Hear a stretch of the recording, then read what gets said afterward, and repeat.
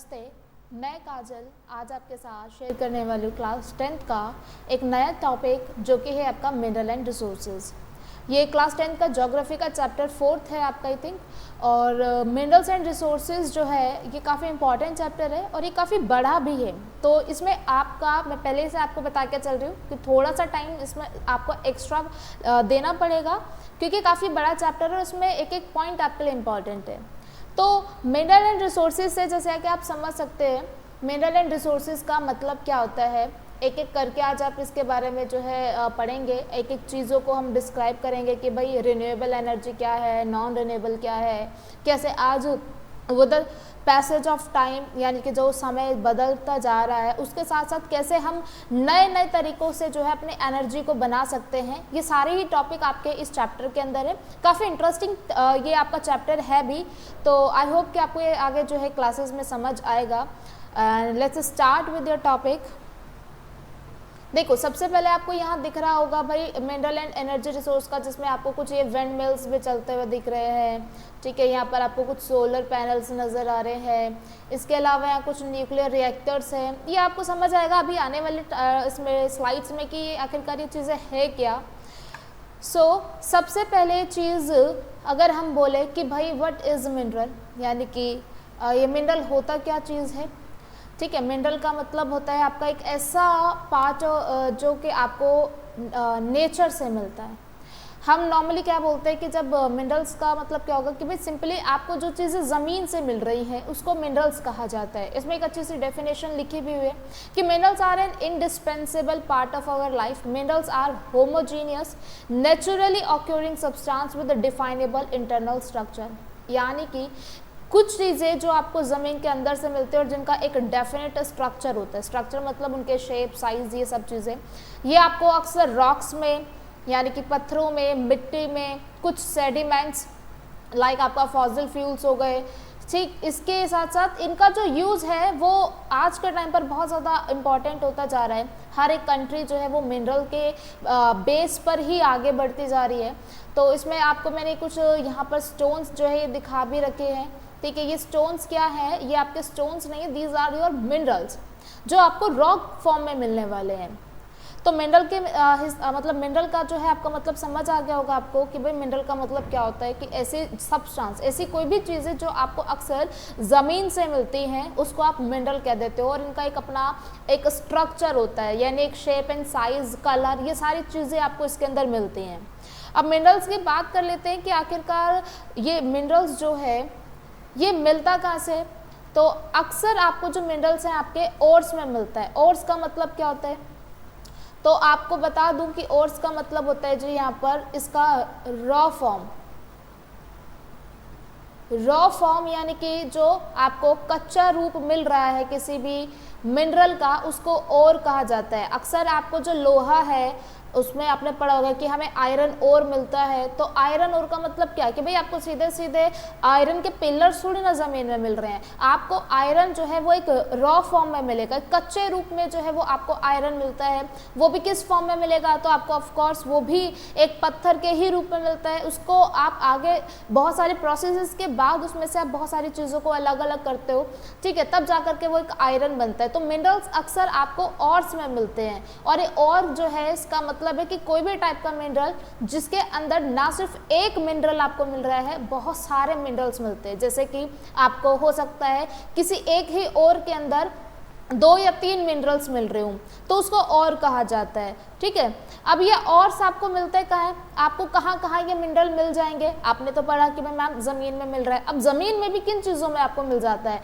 तो आपने पढ़ा होगा type of rocks. I hope आप लोग पढ़ करके आए हो और आपको मालूम भी होगा ये इग्नियस और ये मेटामॉर्फिक रॉक्स इनके जॉइंट्स में मिलता है। जॉइंट्स का क्या मतलब होता है कि भाई यहाँ पर अगर यदि 2 पत्थर हैं तो इन पत्थर के बीच का ये जो जॉइंट है इनके बीच में हो सकता है आपको फंसा हुआ मिनरल मिल जाएगा। ठीक है, आई होप कि आपको ये इग्नियस और मेटामॉर्फिक पता हो, और नहीं पता तो मैं आपको समझा देती हूँ कि इग्नियस जो रॉक्स होते हैं वो सबसे पहले टाइप के रॉक्स होते हैं। 3 टाइप के आपके रॉक्स होते हैं, इग्नियस, ठीक है, आपका sedimentary and third one metamorphic. Metamorphic rocks. अब ये तीनों ही टाइप्स को आप इजीली समझ लो। सबसे पहले मैं आपको समझा रही हूँ यहाँ पर इग्नियस रॉक। ये इग्नियस रॉक जो है आपको अक्सर कहाँ से मिलता है, तो सिंपली याद रखने की एक ट्रिक है भाई, वॉल्केनो। वॉल्केनो में से ये जो आपका मैग्मा निकलता है, आई होप ये तो आपको मालूम ही होगा कि भाई लावा और मैग्मा दोनों अलग चीज़ें होती हैं। जब ज़मीन के अंदर पिघला हुआ आपका रॉक है वो मैग्मा कहलाता है, ठीक है, और जब वो धरती के ऊपर आ जाता है तो उसको आप लावा बोलते हो। तो ये जो मैग्मा है वो इस वॉल्केनो से निकल करके बाहर आएगा, जो कि एक लावा का फॉर्म लेगा, और ये लावा क्या करेगा, कई सालों के बाद जो है कूल डाउन होकर के ठंडा हो जाएगा। अब इस लावे के अंदर, क्योंकि ये तो ज़मीन से निकल रहा है, इस लावे के साथ साथ जब आप देखोगे कि भाई बहुत सारे जो ज़मीन के अंदर मिनरल्स आपको मिलते हैं, वो मिनरल्स इन लावा के साथ बह करके बाहर आते हैं, और जब ये पत्थरों का रूप लेते हैं तो ये आपका कठोर यानी कि ठोस हो जाते हैं, ठीक है, सॉलिड फॉर्म ये ले लेते हैं। तो ये जो पहला आपका रॉक मिल रहा है ना, ये इग्नियस यहाँ से बनता है, इग्नियस रॉक। इसके बाद आपको मिलता है आपका सेडिमेंट्री रॉक। अब सेडिमेंट्री कैसे कि भाई मान लीजिए ये जो पत्थर आपके किसी भी वॉल्केनो के आसपास के इलाके में ये जो भी पत्थर सॉलिड हुए होंगे, ऑफ कोर्स कि ये आगे हो सकता है किसी रिवर के साथ बह करके, ठीक है, इस रिवर के साथ बह करके आपके आगे चले गए होंगे, या ये किसी भी विंड के प्रेशर से किसी भी तरीके से इनके छोटे छोटे टुकड़े जो हैं आपस में होना शुरू हुए होंगे, और वो क्या करेंगे भाई, हो सकता है कि उनके वो किसी चीज़ को, लाइक आपका फॉरेस्ट हो गया, ठीक है, फॉरेस्ट के अंदर आपको क्या मिलेगा, आपको फॉरेस्ट के अंदर प्लांट्स मिलेंगे, आपको फॉरेस्ट के अंदर एनिमल्स मिलेंगे। तो जब ये पत्थर उनके ऊपर जाके गिरेंगे तो वो क्या करेंगे, वो उन पत्थरों को अपने मतलब जो भी आपके प्लांट्स थे वो उन पत्थरों के नीचे दब जाएंगे। तो यानी कि एक तरीके से इनके ऊपर वो जा करके जब गए और उसको अपना नीचे दबा लिया इनको, तो इससे यहाँ पर आपको मिलता है फॉसिल्स।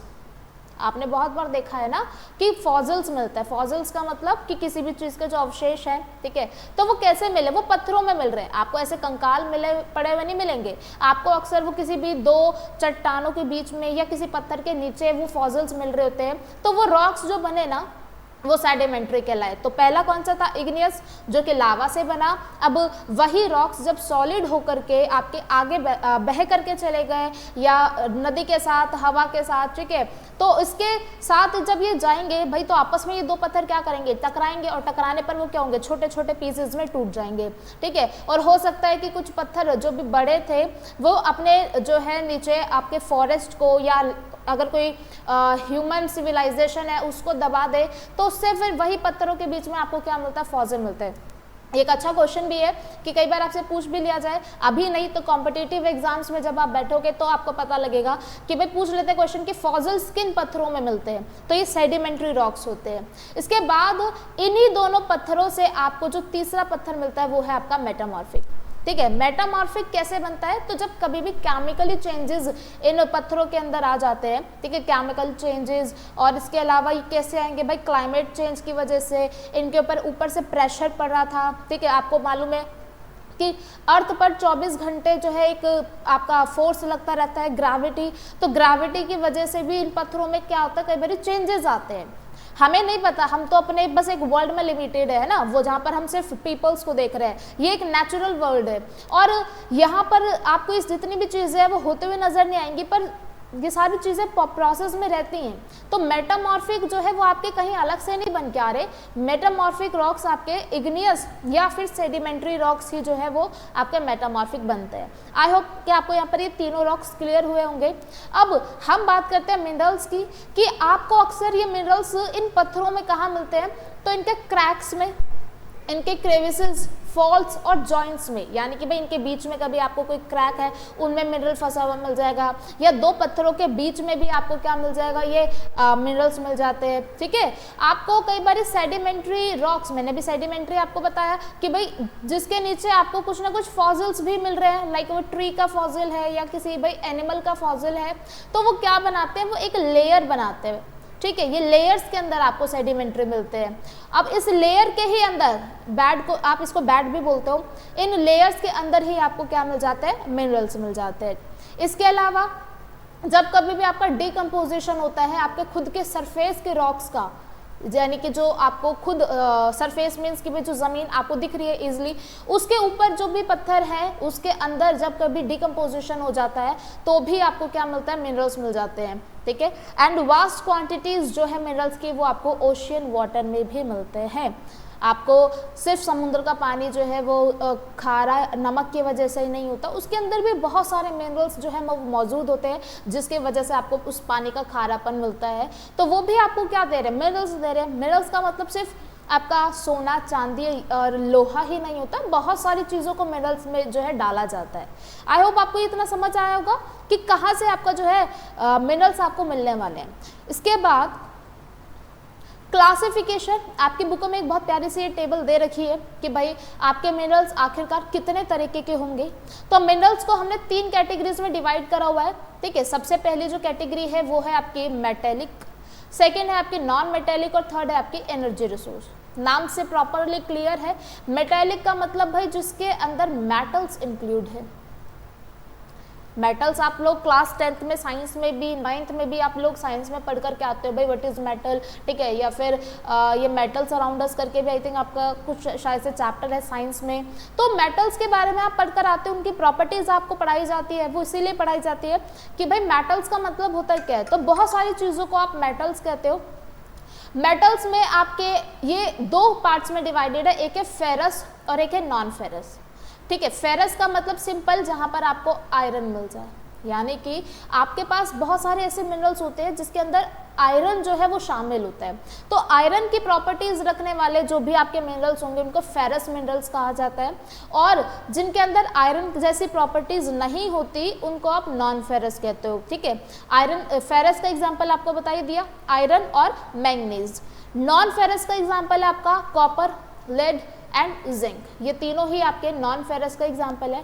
नॉन मेटेलिक का मतलब क्या है, अच्छा मेटल की प्रॉपर्टीज आपको मालूम होगी, लाइक जो शाइन करे, ठीक है, जो बीट करने पर एक वायर में कन्वर्ट या फिर एक पतली सी शीट में कन्वर्ट किए जा सके।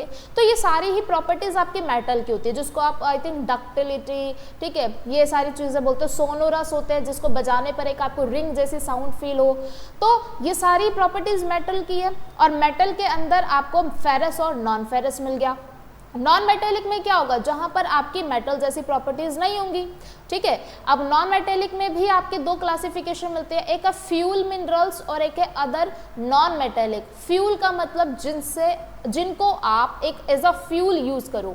फ्यूल का मतलब क्या है, जिसका इस्तेमाल आप अपना लाइक कुकिंग में यूज कर सकते हो, ठीक है। यहाँ पे आपका फ्यूल का सिंपली यही मतलब है। और क्या यूज़ करते हैं हम कुकिंग वगैरह के लिए, तो कोल का इजीली यूज़ किया जा सकता है, फॉसिल फ्यूल का यूज़ किया जा सकता है, ठीक है।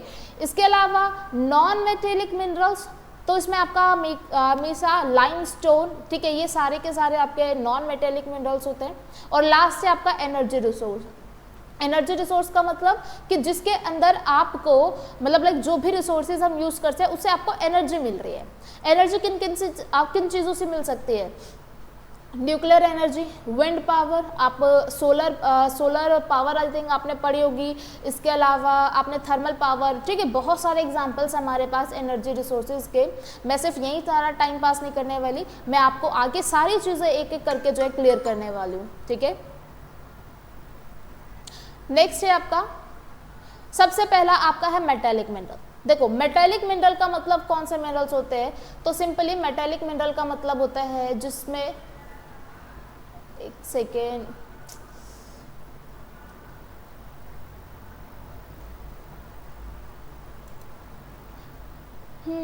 वेट,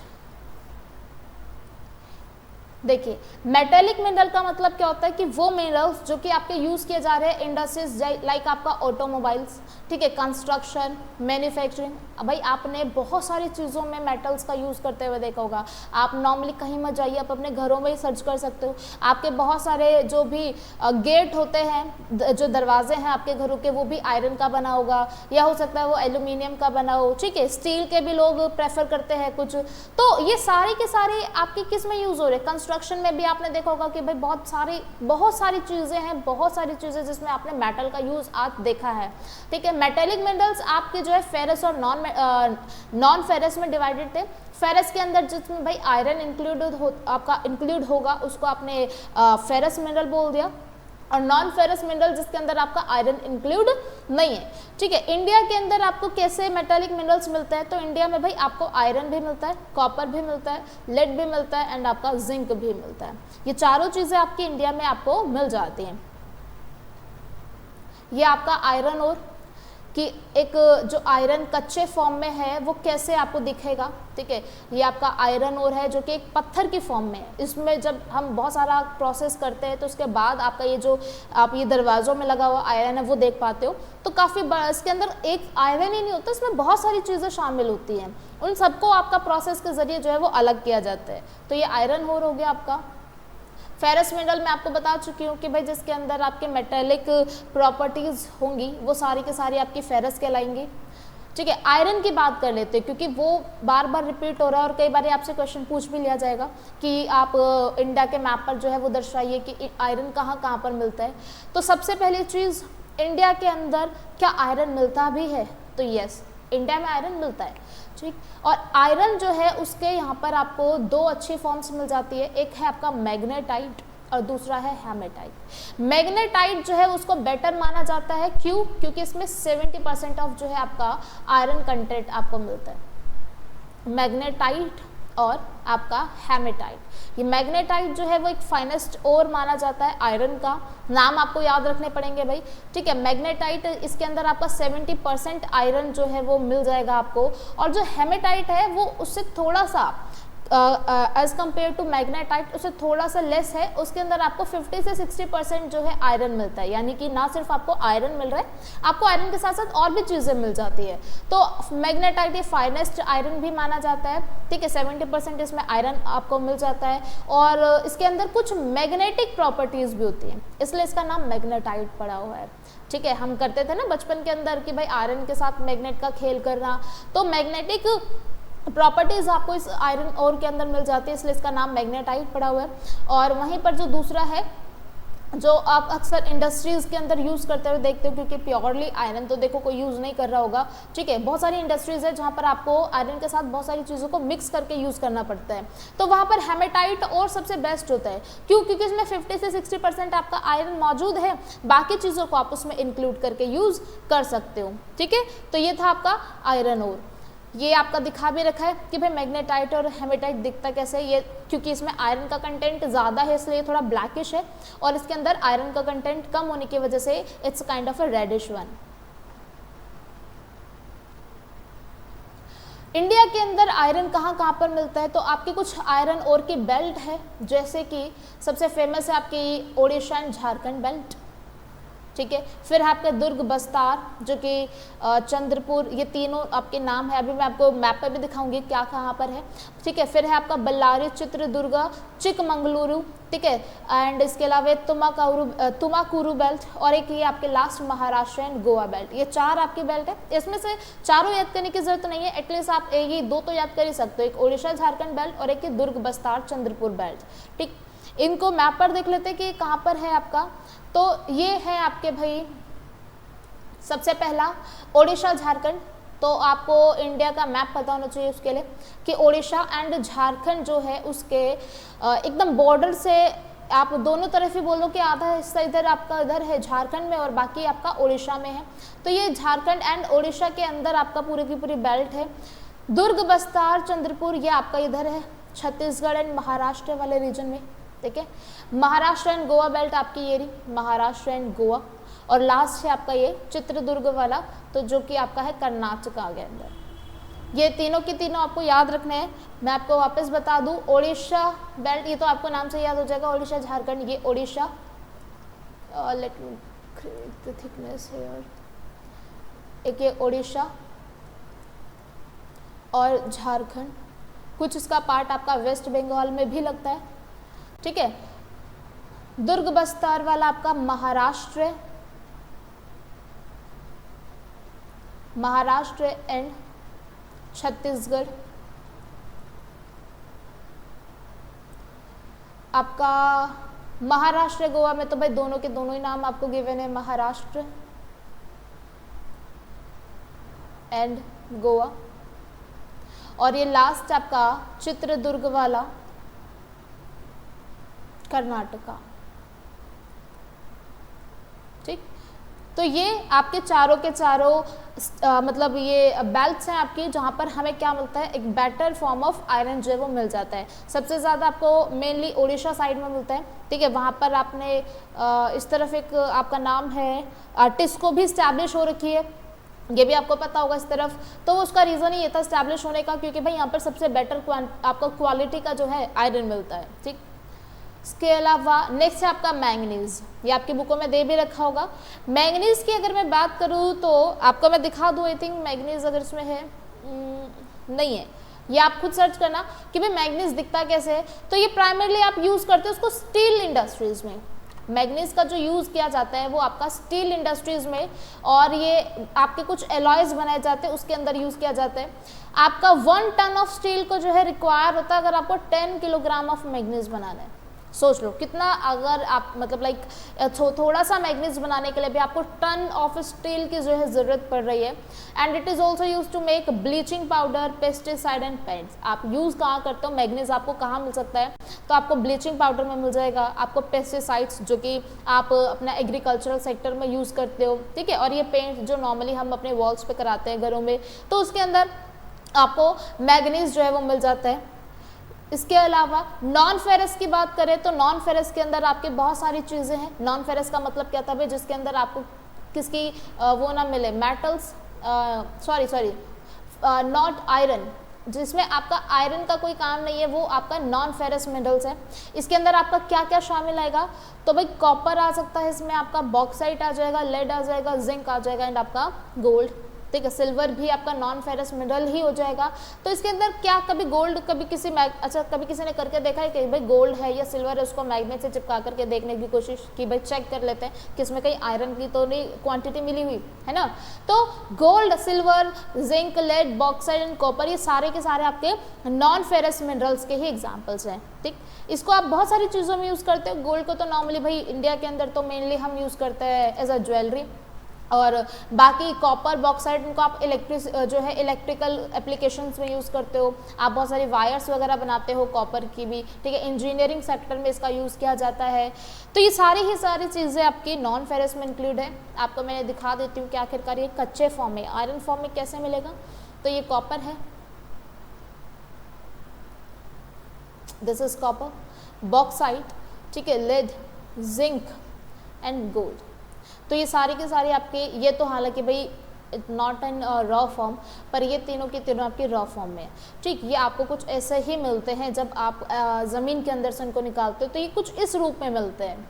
इसके बाद इनको प्रोसेस के बाद हम एक यूज़ के लिए इसको बना पाते हैं। स्पीड शायद से ज़्यादा तेज़ ना हो क्योंकि चैप्टर काफ़ी बड़ा है, तो जल्दी जल्दी इसको फिनिश भी करना है हमें।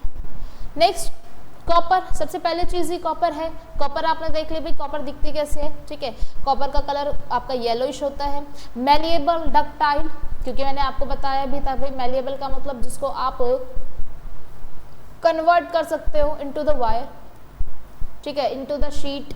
ये सारे के सारे मैलिएबल, डक्टाइल, ये मेटल होते हैं, और इससे आप हीट और इलेक्ट्रिसिटी भी पास करा सकते हो। क्योंकि मेटल की प्रॉपर्टी क्या होती है कि जिसके अंदर से हीट इजीली पास हो जाए, जिसके अंदर से इलेक्ट्रिसिटी जो है वो इजीली पास हो जाए, उसको आपने मेटल का नाम दे दिया। अब उसमें आपका कॉपर भी शामिल है। कॉपर में आपने बहुत बार कॉपर्स का क्या देखा है, आपने वायर्स देखे होंगे कॉपर की।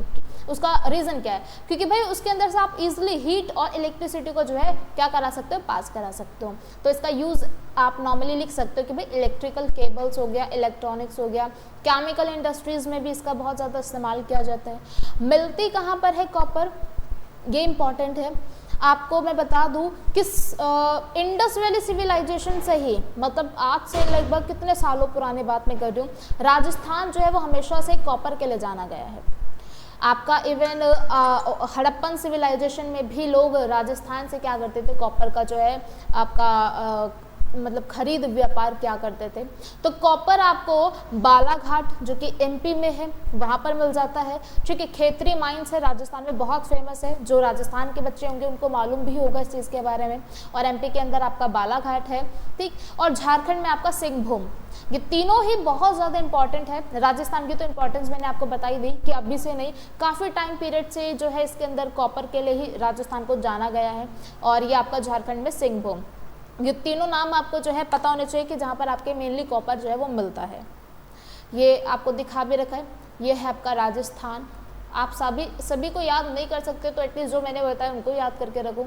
ठीक है, ये हो गया आपका खेतरी राजस्थान के अंदर। इधर है आपका अमरकंटक मध्य प्रदेश में, आपका उड़ीसा में है सिंहभूम। ठीक, इन तीनों को आपको मेनली याद रखना है, बाकी को आप याद नहीं भी रखते हो तो ठीक है, चल जाएगा। तो खेतरी इन राजस्थान, ये मैप पे आप लोग प्रैक्टिस किया करो, ज़्यादा बेटर है, क्योंकि इससे आपको ना चीज़ें छप जाती हैं माइंड में और वो आपके लिए लॉन्ग लास्टिंग हो जाती है। राजस्थान में आपको खेतरी मिलता है, अमरकंटक के जो है वो आपको मध्य प्रदेश में मिलता है, और ये आपका सिंहभूम जो है वो उड़ीसा में। आई थिंक मैं गलत तो नहीं बोल रही, उड़ीसा, हाँ उड़ीसा एंड झारखंड के उसमें है ये, उड़ीसा एंड झारखंड इसके बॉर्डर पर है ये। ठीक है, तो झारखंड में है मेनली ये, और उसके कुछ बॉर्डर लगता हुआ है आपका उड़ीसा से। तो ये आपकी ये तीन है, वैसे तो झारखंड आप इसको कह सकते हो कि झारखंड में, बट ठीक है आप उसको उड़ीसा एंड झारखंड का बॉर्डर भी बोल सकते हो। तो Rajasthan, MP and Orissa and Jharkhand का बॉर्डर, ये तीनों ही जगहों पर हमें सबसे बेटर क्वालिटी का कॉपर जो है वो मिलता है। नेक्स्ट आपका बॉक्साइट। तो बॉक्साइट की अगर मैं बात करूँ, बॉक्साइट मैंने आपको दिखाया था कि आखिरकार दिखता कैसे। ठीक है, ये आपका बॉक्साइट ये रहा, तो बहुत ही अजीब तरीके का दिख रहा है। बॉक्साइट की बात करें तो बॉक्साइट जो है ये आपको रॉक्स में मिलता है, ऑफ कोर्स मैंने बताया भाई रॉक्स के अंदर ही मिलते हैं सारी की सारी चीज़ें। ठीक है, और इसके अलावा बॉक्साइट के अंदर जो है आपको क्या रिच क्वांटिटी में मिलता है, तो उसमें मिलता है आपको एल्यूमिनियम। ठीक है, और बॉक्साइट जो है वो सोर्स ऑफ एल्यूमिनियम ही है, यानी कि एल्यूमिनियम आपको ज़मीन में नहीं मिल रहा पर आपको बॉक्साइट मिल रहा है, और बॉक्साइट को ही प्रोसेस करके हम क्या बना सकते हैं, अपना एल्यूमिनियम बना सकते हैं। एल्यूमिनियम भी आपका क्या होता है भाई, मैलिएबल होता है, यानी कि आपसे भी क्या बना सकते हैं, वायर्स बना सकते हैं। तो एल्यूमिनियम की भी आपने बहुत बार क्या देखी होंगी, वायर्स देखी होंगी। ठीक है, इसके रीजन की भी हम बात कर लेते हैं जी। अमरकंटक प्लेट्यू है आपका, मैकाल हिल्स है, और एक आपका ये बिलासपुर कटनी प्लेट्यू रीजन है। Again just check it on the map, आप ये नाम जरूर लिखते रखिएगा प्लीज़ कि भाई बॉक्साइट कहाँ पर मिल रहा है, कॉपर कहाँ पर मिल रहा है, क्योंकि ये क्वेश्चंस आते हैं बोर्ड के अंदर। तो अमरकंटक प्लेट्यू, मैकाल हिल्स और बिलासपुर कटनी प्लेट्यू, ये आपका बॉक्साइट का मैप दे रखा है। देखो सबसे पहले तो इधर है आपका, इसको मैं जूम कर लूँ, वेट,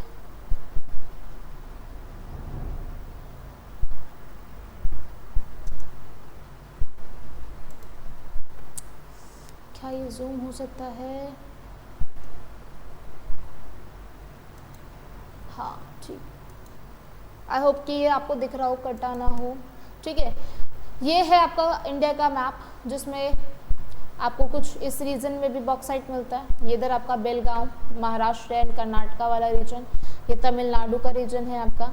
ठीक है, ये आपका यूपी, झारखंड, कोरबा, ये है आपका उड़ीसा वाला रीजन। ठीक है, हालांकि जो मैंने नेम उसमें लिखे हैं वो नहीं है इसके अंदर, बट फिर भी आप इसको भी याद कर सकते हैं इनमें से भी कि भाई आपको और कहाँ पर ये बॉक्साइट मिलता है। तो आपको गुजरात में बॉक्साइट मिल जाता है, आपको बेलगाम तो आपको इजीली याद हो जाता है भाई, महाराष्ट्र और इसमें कर्नाटका के बीच में। इधर आपका तमिलनाडु में आपको मिल जाता है। ठीक है, उड़ीसा में आपको मिल जाता है, और झारखंड में। अच्छा, झारखंड आपका बार बार रिपीट हो रहा है, क्यों? क्योंकि झारखंड जो है वो काफ़ी ज़्यादा मिनरल रिच जो है स्टेट है आपका। ठीक है, तो ये है आपका बॉक्साइट के बारे में था ये आपका। नेक्स्ट है हमारा नॉन मेटेलिक मेटल। तो इससे एक पहले बार रिकैप कर लेते हैं भाई मेटल्स के बारे में, हमने किन किन मेटल्स की बात करी और मेटेलिक में हमने क्या क्या पढ़ा। तो सबसे पहले हम लोगों ने फेरस की बात की थी, फेरस मिनरल्स यानी कि जिसके अंदर आयरन की आपकी बात हुई थी। ठीक है, आयरन का भी आपको टाइप बता रखा, मैग्नेटाइट और हेमेटाइट। फिर ये आपको मैंने जगह बता दी कहाँ कहाँ पर आपको आयरन मिलता है। फिर नेक्स्ट था आपका मैंगनीज, जो कि आपका स्टील बनाने में यूज़ होता है, आपका पेस्टिसाइड और पेंट में यूज़ किया जाता है।